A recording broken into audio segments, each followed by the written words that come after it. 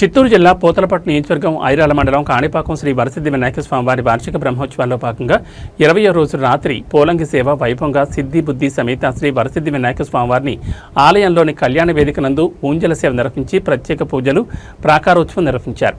ఈ కార్యక్రమంలో దేవస్థానం ఈవో పెంచల కిషోర్, స్థానిక సర్పంచ్ శాంతి సాగర్ రెడ్డి, ఆలయ అధికారులు, పోలంగి సేవ ఉభయదారులు తదితరులు పాల్గొన్నారు.